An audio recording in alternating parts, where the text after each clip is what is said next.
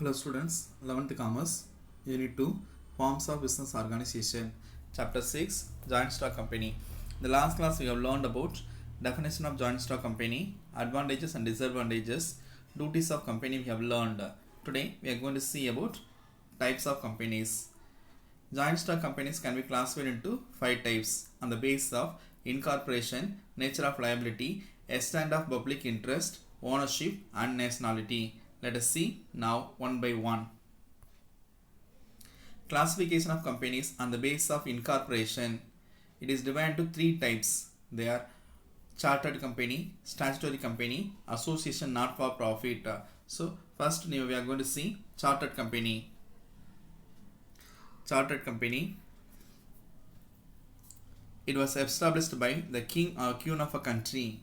So the king can, as a king or queen can form this type of company. So it is not applicable in India.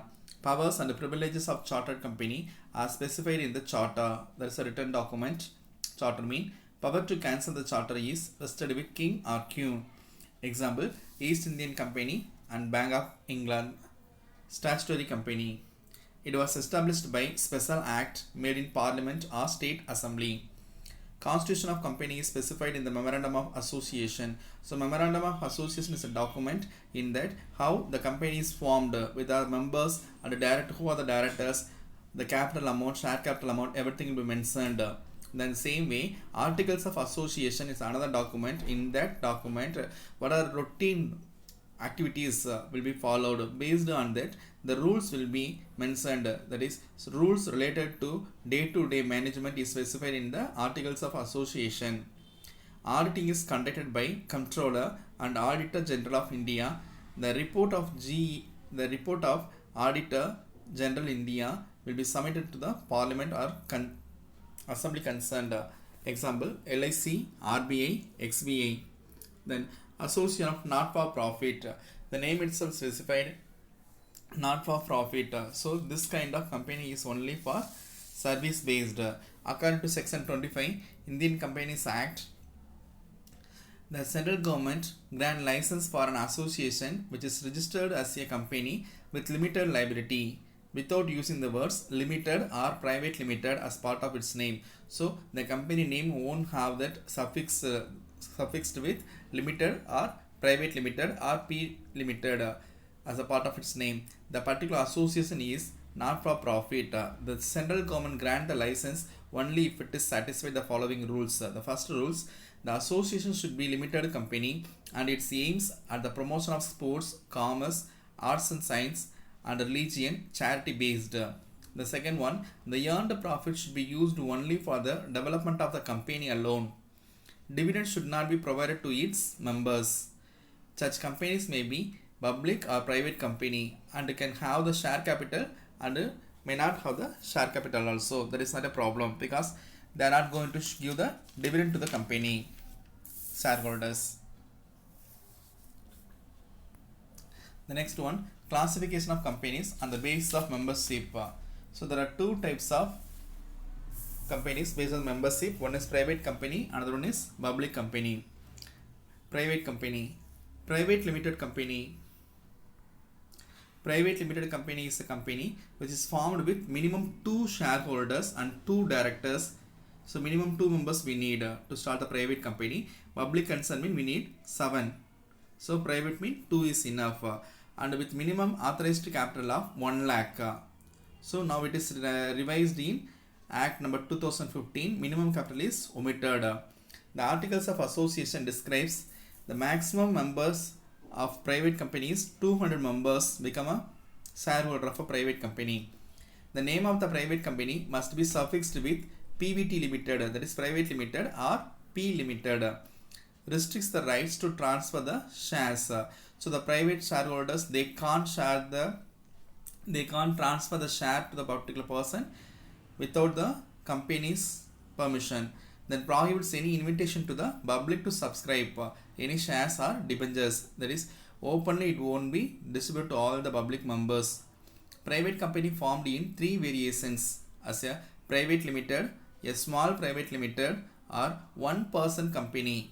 Then the next one is public company. it is contrast to private company. A public is invited to subscribe the shares of the company. So a public is invited to subscribe the shares of the company, usually by issuing the prospectus, is called public company. Articles of Association describes the following rules and regulation for public company. Minimum 7 members to form a public company which is secured. Then minimum paid up capital, that is authorized capital, 5 lakhs. In private company they said minimum 2 members and 1 lakh, but in public company they are saying 7 members and 5 lakhs. Public company is a subsidiary company which is not a private company. No restriction to transfer the shares, and it does not prohibit any invitation or acceptance of deposit. The name must end with the word limited. So here also they used to use the word limited, but in private company they use P limited or private limited, but in public company they are using only they are using only limited alone in public company. The next one is companies on the basis of liability. Based on the liabilities, the companies are divided into 3 types. One is limited by shares, unlimited by guarantee, another one is unlimited liability. Limited by shares. Limited by shares means how many shares you have. How many shares have in your hold in your hand. For that, if you have any unpaid money,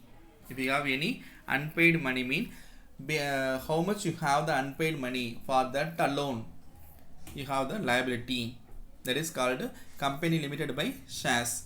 The maximum liability of a shareholder is limited to the amount unpaid. Limited to the amount unpaid on the shares held. Once he pays the full value of the shares, he has no further liability. In India, majority of the company is this type only. So first one we have learned about limited by shares. If you paid the share amount fully mean, so you won't have any liability when the company is wind up. Then limited by guarantee. Now we have seen the first type, association not for profit. So limited by guarantee can be applicable for that kind of company. So you see here what they are saying, at the time of winding up a company, if enough asset is not there mean, then the shareholders has to pay voluntarily, which is specified in the memorandum of association.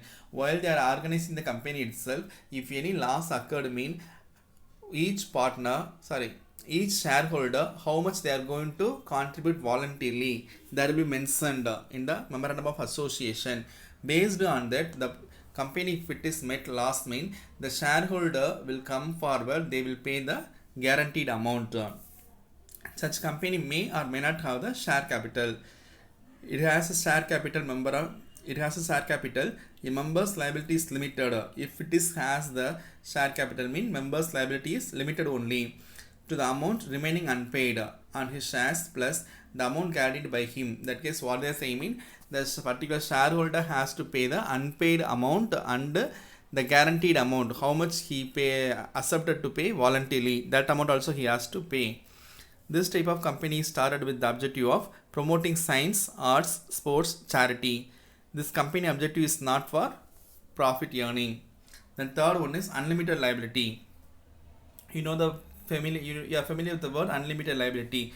Unlimited mean, if the company's debts is not enough to meet the assets of the company mean, the company assets are not enough to meet the debts of the company mean, the shareholders assets also will be taken. Here the company is an artificial person, so in that case you can't directly taken over the shareholders assets. First you have to legally approach the company assets will be taken up for the debt. After taken up the assets of the company, if it is not enough, in that case the balance amount will be taken by the court and it will be distributed to the debtors. An unlimited company is a company in which the liability of its member is not limited by its memorandum. So in the memorandum of association itself, they specified that it is unlimited liability company. So the shareholders liability also unlimited. The members of such companies are required to pay company's losses from their personal property. So everything will be mentioned in the memorandum of association itself. The next one, classification of companies on the basis of control. So there are 3 types of company. government company, holding company, and subsidiary company. Government company. Public enterprise which is registered under Indian Companies Act 1956 is called as government company. So if any public company is registered under Indian Companies Act 1956 means it is called government company. These companies are owned and managed by the central government or state government. In a company, 51% of the paid up share capital will be held by the central government or state government, or partly by central government and partly by one or more state government is called a government company. Subsidiary of government company also treated as a government company. Though the companies are registered as a private limited company, their management and control is vested with the government. Here, government and private individuals are shareholders, that is mixed ownership company. Example, Bharat Heavy Electricals and Indian Oil Corporation. The next one, holding company. In a subsidiary company, a company holds another company's shares more than 50% of paid up share capital is holding company as per section 2 subdivision 87 of Indian Companies Act 1956. Holding company controls the composition of the board of directors. In that case, holding company decides who want to be a board of director, then whether the member should be shareholder should be added or removed. Everything will be decided by the holding company. Then subsidiary company, which is controlled by the holding company, is called subsidiary company. If control over the company because it has more than 51% of share. So subsidiary company is a company, it was controlled over by holding company. On the basis of nationality, domestic company, foreign company, multinational company. Domestic company. Companies registered under Companies Act 1956 or earlier acts is called domestic companies. So it will be formed within the India. Then foreign company. A company which is incorporated outside India under the law of the particular country but having a place of business in India. The following documents must be filed with the Register of Companies within 30 days of the establishment of foreign company. That is, certified copy of charter or memorandum articles of a company translated into English. The second one, the full address of the registered company, list of directors and secretary of the company, the name and address of any person resident of India who is authorized to accept on behalf of the company, that is a guaranteeing person. The next one, multinational company. A company that operates in several countries are called a multinational company. It has factories, branches in more than one country. Example, Microsoft Corporation, Nokia, Nestle, Coca-Cola. Memorandum of Association. Memorandum of Association is a legal document prepared in the formation and registration process of limited liability company to define its relationship with shareholders. It reveals what power it has and what activities the company is permitted to undertake. So I already informed you, Memorandum of Association is a document. It's a written document. In this, how the companies are formed, then what are the activities the company shareholders can be involved. Everything will be defined in this Memorandum of Association. Now, contents of Memorandum of Association. The first one is name class. The name class states the legal and recognized name of the company. Situation class. Situation class. It shows the physical location of the company where it placed. Then objective place.